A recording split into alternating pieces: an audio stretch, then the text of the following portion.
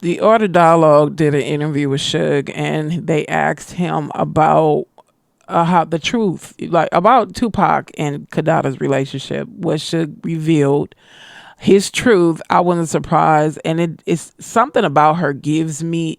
She gives fake to me. And one of the videos I did on Tupac, they someone wrote in the comments that they didn't say they believe, but they say that she was a part of the setup. What happened to Pac in Vegas? And when you listen to Suge's interview and come up with your own conclusions. Like I said, she something about her just gives me fake. But check it out.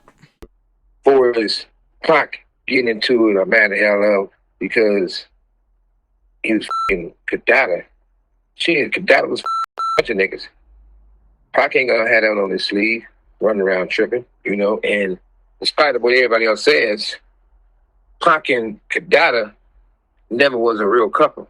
You gotta remember one thing, and I don't want to get into details, but when you talk about something like that, let's start with the truth.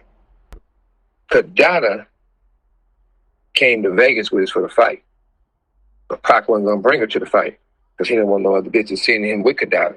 Now, see, I can believe this part. I read an article where they were saying they were trying to make it seem endearing, like Pac didn't want her to go to Vegas, being protective because he didn't want her around a lot of guys. You know how some guys don't want their woman around a lot of dudes, and now I'm hearing something completely different. I can believe it.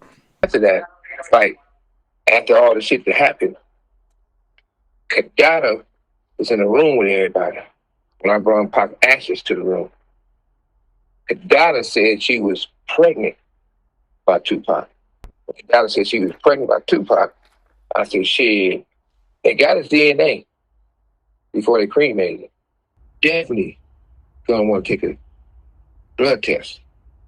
Kidada grabbed her stomach, went in the restroom, started acting like she was hollering.